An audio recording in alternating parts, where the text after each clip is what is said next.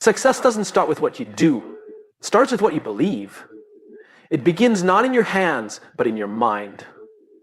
We live in a world that praises hustle, noise, and flashy wins.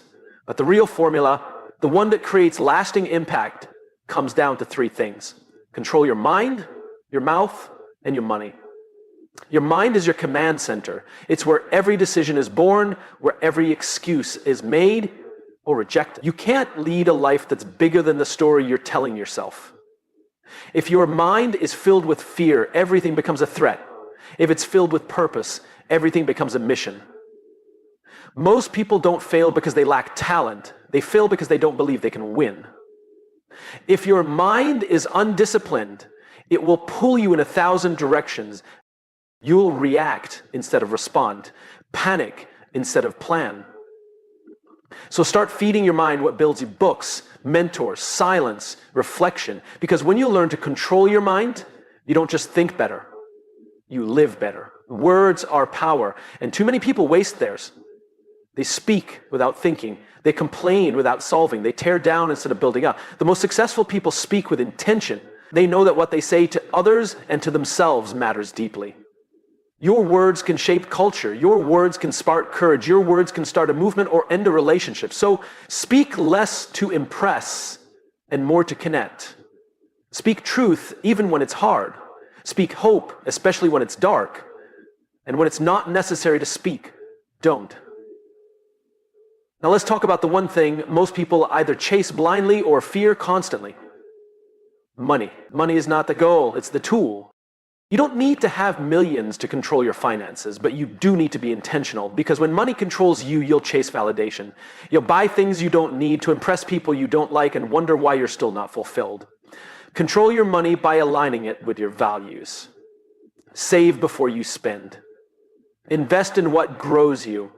Say no to things that rob you of freedom. True wealth isn't about how much you make. It's about how well you manage, multiply, and move with what you have. You see, this isn't a gimmick. It's a life strategy. Control your mind, and you'll think like a leader. Control your mouth, and you'll speak like one. Control your money, and you'll move like one. This is the formula that creates not just success, but significance. Because when your mind is clear, your words are wise, and your finances are in order, you're not just surviving, you're leading. You're building. You're living on purpose. So today, make the decision. Master the 3 M's. Mind, mouth, money. Not for applause, not for ego, but for impact. Because the world doesn't need more noise. It needs more people who are grounded, clear, and intentional. Be that person. And watch what happens when success isn't just a dream, but a natural result. Everything begins in the mind.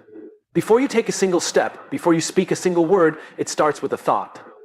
That quiet little voice inside your head, that's the real driver of your life. And whether you realize it or not, it's either moving you forward or holding you back. Most people don't fail because they're incapable. They fail because they're unconvinced. They've let the voice in their head grow too loud, too negative, too doubtful. I'm not good enough. What if I mess it up? Someone else can probably do this better. These aren't just passing thoughts. They're programs running your life silently every day. And the truth is, if you don't learn to control that inner dialogue, it will control you. You can't live a powerful life with a disempowered mind. The mind is like a garden. If you don't intentionally plant good seeds, thoughts of purpose, confidence, discipline, it gets overrun with weeds. And here's the tricky part. Those weeds feel real. They sound like truth, but they're not. They're old fears. They're echoes of failure. They're borrowed doubts from people who never chase their own dreams. You must become aware of the thoughts you allow to stay. You don't have to believe everything you think. Just because a thought shows up doesn't mean it deserves a seat at your table. Learn to challenge it. Ask, is this thought helping me or hurting me? If it's helping you, keep it. If it's hurting you, replace it. That's where control begins, not with force, but with awareness. And it takes practice, real, daily practice. Controlling your mind isn't a one-time decision. It's a habit. It's how you show up when things go wrong. It's the discipline to choose optimism over cynicism, It's the self-awareness to pause before reacting, because your thoughts influence your emotions influence your actions, and your actions create your results. Think about how many opportunities you've already missed. Not because you weren't ready, but because your mind convinced you that you weren't worthy. The worst part of self-doubt is how convincing it can sound. But here's something powerful. The voice in your head is not fixed. It can change. It can be trained. You can teach it to encourage rather than criticize. You can rewire it to see challenges as growth, not threats. And when you do that, when you truly master the voice inside, you stop needing constant external validation because your confidence begins to come from within. Controlling your mind also means choosing what you consume, the conversations you engage in, the media you scroll through, the people you spend time with. All of that shapes your thoughts.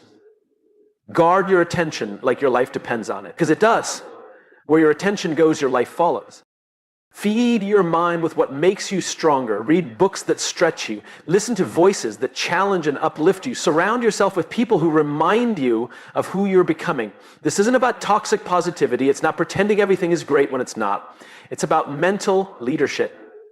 It's about telling yourself the truth in a way that moves you, not paralyzes you. Yes, life is hard. Yes, you'll have setbacks. But no, that doesn't mean you quit. That means you adapt. That means you reset your mind, not retreat from your mission. Control your mind, and you'll begin to control your life. You'll think with clarity. You'll act with purpose. You'll stop living from fear and start living from focus. The most powerful thing you'll ever do is learn to lead yourself from the inside out. And it all starts with mastering the voice you hear the most. Your own. The way you think is not permanent. It's programmable. The beliefs you hold today were shaped by years of repetition, some from experience, some from environment, and some from people who had no idea what they were talking about. And if your thinking was built, it can be rebuilt. Growth starts with the willingness to unlearn. So many of us are walking through life operating on autopilot, running old thought patterns that were installed when we were children, or in moments of failure, or through voices we trusted but shouldn't have. Maybe someone once told you that you weren't smart enough, or talented enough, or deserving of something better, and maybe you believed it. But what if you stopped accepting those thoughts as facts? If you want to grow, you have to challenge the software in your mind. You have to get honest about the thoughts you repeat every day, especially the ones you don't say out loud. Are you constantly predicting the worst? Are you always doubting your own ideas before anyone else gets the chance? That's not strategy. That's fear dressed up as logic. And it's costing you your potential. Rewiring your thinking doesn't mean flipping a switch. It means building a system. It means interrupting the thought loops that no longer serve you and replacing them with patterns that move you forward. Start small. Instead of saying, I always mess this up, try, I'm still learning how to handle this. That shift may seem subtle, but it's everything. Because your brain listens when you speak. The more you tell it who you are, the more it reinforces that identity. If you keep calling yourself a failure, your actions will start to reflect that. But if you tell yourself you're someone who adapts, someone who learns, someone who grows, you'll start acting like it. People talk about confidence like it's a trait, but confidence is actually a consequence. It's the natural result of taking action based on thoughts that support you. When you shift from fear-based thinking to growth-based thinking, you start taking risks, stepping up, and saying yes to things that once scared you. Not because you've eliminated fear, but because you've stopped letting it speak first. And here's something important. Rewiring your mind is not about delusion. It's not about ignoring your problems. It's about looking at them through a different lens. When your thoughts are wired for growth, challenges become feedback, failure becomes data, and discomfort becomes a signal that you're evolving. You also need to understand the role of habits in this process. Thoughts create feelings, feelings drive behaviors, and repeated behaviors shape identity. If you want to become a more confident person, start acting like one. If you want to think like a leader, start making decisions like one. Action changes thought just as much as thought changes action. It's a cycle. And the key is to get it spinning in the right direction. The people who grow the most are not the smartest, the strongest, or the most connected. They're the ones who are willing to think differently. They ask better questions. Instead of saying, why is this happening to me? They ask, what is this teaching me? They shift from blaming to building, from reacting to reflecting. That mindset alone can change the entire trajectory of your life. You're not stuck. You're just thinking the same thoughts too often. Change your thoughts and everything else begins to move. Growth is not about doing more. It's about thinking better. So take control. Install new beliefs. Test new perspectives. Speak new truths. Rewire the patterns and the results will follow. Because when your mind becomes a place of growth, your life becomes a place of transformation. What you say matters. The words you speak, even when you think no one's listening, are shaping your life. They influence how others see you, yes, but more importantly, they influence how you see yourself. Most people speak out of habit. They react.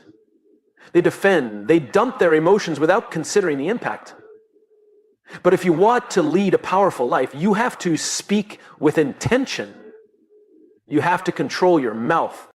There's an old saying that words can build or destroy, and it's true. One sentence can inspire someone for years. One careless comment can shut someone down for life. Your words are tools, and every time you use them, you're either building a future or tearing something down. And the first person affected by what you say is you. You shape your identity through your language. Every time you say, I'm not good at this, I always mess this up, I could never do that, you're reinforcing a belief. You're writing code into your mind. You're telling yourself a story, and your actions will eventually follow the script. But when you flip that language and say, I'm learning, I'm growing, I'll figure it out, you shift everything. You open doors in your own mind. You stop putting ceilings on your potential. This doesn't mean lying to yourself. It means speaking with clarity, not chaos. It means using your mouth to direct your life instead of derail it. And it starts with awareness. Notice how you speak to yourself during difficult moments. Notice how you speak to others when you're stressed. Are your words helping? Are they necessary? Are they kind? Because words leave marks and not all of them are visible. Speaking with purpose also means choosing your silence wisely. Just because you have something to say doesn't mean it needs to be said. Some of the most powerful communication is done by listening. Most people are just waiting for their turn to talk. Real leaders listen to understand, not to respond. They know that wisdom isn't just about having the right answer. It's about asking the right questions. When you control your mouth, you stop reacting to every emotion. You stop feeding the fire of negativity with more complaints, more gossip, more noise. Instead, you become intentional. You learn when to speak up, when to hold space, and when to walk away. You speak life into people. You speak direction into situations. You become someone whose words carry weight, not because you talk the most, but because you speak what matters. It's not always easy. In a world that rewards the loudest voice, it can feel uncomfortable to pause and think before you speak. But leadership isn't about volume. It's about impact. You don't need to shout to be heard. You need to be clear, you need to be honest, and you need to speak from a place of conviction, not ego.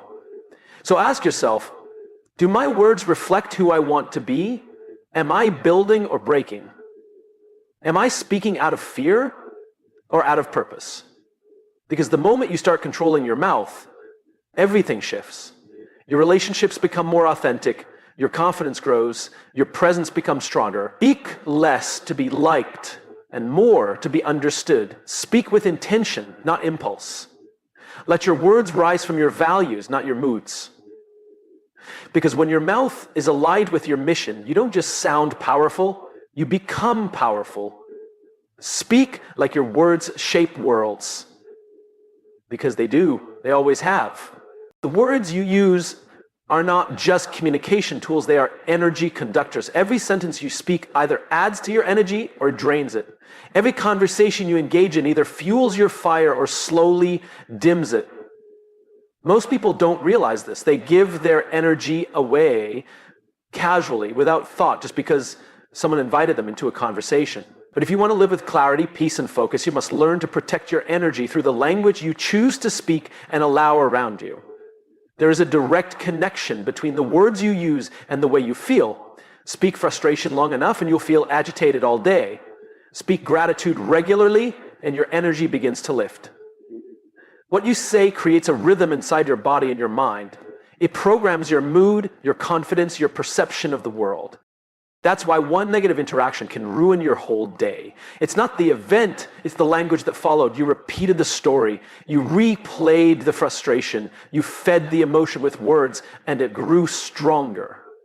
The people who protect their energy best are not the ones who avoid hard conversations. They're the ones who are intentional about how they speak in the middle of them. They don't entertain gossip because they know it feels good in the moment but costs them clarity in the long run. They don't speak poorly about others behind their backs because they understand that what you say about others echoes back to you. And they don't spend hours rehashing the same problems with no intention of solving them.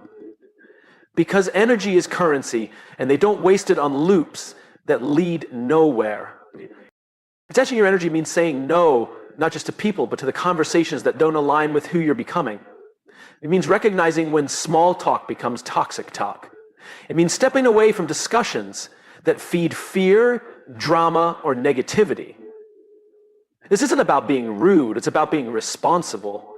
You are responsible for the energy you carry, and you are responsible for the energy you create in others through the words you speak. It also means choosing your internal language wisely. The way you talk to yourself matters just as much, if not more, than how you talk to others. Every time you say, "I'm exhausted, I can't take this anymore, I'm so behind," your body listens. Your nervous system reacts. You begin to live into the language you've chosen. But when you shift to, "I'm prioritizing rest, I'm learning to manage stress, I've handled hard things before," your energy shifts with you. You move from a victim of life to an active participant in it. This doesn't mean ignoring your emotions. It means naming them with truth, not exaggeration. There's a difference between being tired and being defeated. There's a difference between being frustrated and being hopeless. Use words that reflect where you are without surrendering your power. Speak in a way that acknowledges reality, but also reminds you of your strength. Every word is an investment. Every sentence is a decision. You can either create momentum or resistance with what you say. And if you want to build a life that feels aligned, grounded, and purposeful, then you must learn to protect your energy through the language you allow to lead your day. You don't owe anyone endless access to your voice. You don't need to explain yourself in every conversation. Sometimes the most powerful way to protect your energy is simply to speak less, listen more, and choose silence over chaos. Because the more intentional you are with your words, the more powerful your presence becomes. And when your language aligns with your values, your energy becomes unstoppable. Money is one of the most misunderstood tools in life. Some people fear it, others chase it endlessly. Some use it to build freedom, while others let it control every decision they make. But here's the truth. Money is not good or bad. It's neutral. It simply reflects how you choose to use it. And if you're not in control of your money is controlling you. There's a big difference between having money and being the boss of your money. A lot of people earn a decent income, but still feel trapped. They're living paycheck to paycheck, not because they don't make enough, but because they've never learned to lead their finances. They spend emotionally. They buy to feel better. They avoid looking at their accounts because it makes them anxious. That's not freedom. That's slavery with a shiny filter. To take control of your money, you first have to take control of your mindset. Stop thinking of money as something that happens to you, and start treating it as something you manage with intention. It's not about being rich. It's about being responsible. It's about knowing where every dollar is going and making sure it's going where you want your life to go. Because if you don't give your money a purpose, it will find one on its own, and usually in someone else's pocket. It starts with awareness, not just what you spend, but why you spend. Are you buying because you need it or because you're bored? Are you upgrading your lifestyle every time you get a raise? Or are you investing in something that grows? Are you filling emotional gaps with purchases, or are you building something sustainable? These are the questions people don't want to ask, because the answers require change. But change is the price of freedom. Being the boss of your money means thinking long-term. It means living beneath your means, not above them. It means choosing financial peace over temporary pleasure. It's not about denying yourself, it's about designing a life that's built to last. When you're the boss, you don't need to impress anyone. You don't need to explain your choices. You don't need to say yes to every dinner, every sale, every trend. You understand that money is a tool, and tools are meant to build. You also learn the power of saying no. No to unnecessary debt. No to comparison. No to short-term thinking. Because every yes has a price. Every dollar you spend today is a dollar you're not investing in your future. Being the boss of your money means knowing when to hold back so you can move forward with strength. And let's be clear, this isn't about hoarding money. It's about mastering it.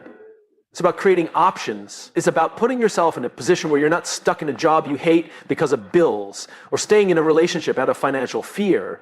Money won't solve all your problems, but it will give you choices. And choices are what real freedom looks like. You don't need a six-figure salary to take control. You need discipline. You need clarity. You need to believe that your future is worth more than fleeting comfort. When you manage your money with purpose, you stop living on the edge of anxiety. You gain confidence. You build security. You step into ownership, not just of your finances, but of your entire life. So make the shift. Stop being a slave to your spending and start being the boss of your money. Budget with vision, save with intention, invest with wisdom. And watch how different life feels when money is working for you, not against you. Because the goal isn't just more money. It's more freedom, more peace, and more control over the life you're building.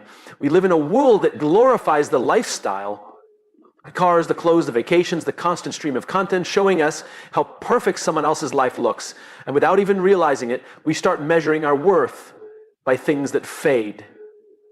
We chase the image, not the impact. But at some point, you have to ask yourself, what are you really building? A lifestyle that looks good in pictures, or a legacy that outlives you? A lifestyle is about now. A legacy is about next. A lifestyle is what you consume. A legacy is what you contribute. One is rooted in appearance. The other is rooted in purpose. You get to choose which one you're building every day, not with your words, but with your decision. It's easy to get caught up in the surface. It's easy to spend your energy making sure you fit in, look the part, and feel like you're keeping up. But here's the truth. No one is going to remember you for the outfit you wore, the car you drove, or how many likes your post got. They're going to remember how you made them feel, what you stood for, the example you set, the moments you showed up when it mattered most. That's legacy. Legacy isn't about being famous or making history books. It's about being intentional. It's about choosing to live in a way that creates value, not just comfort. It means asking yourself what kind of ripple you're leaving behind in the lives of others. Are people better, stronger, more inspired because they cross paths with you? Or are you just blending into the noise trying to impress people who wouldn't notice if you disappeared? The lifestyle trap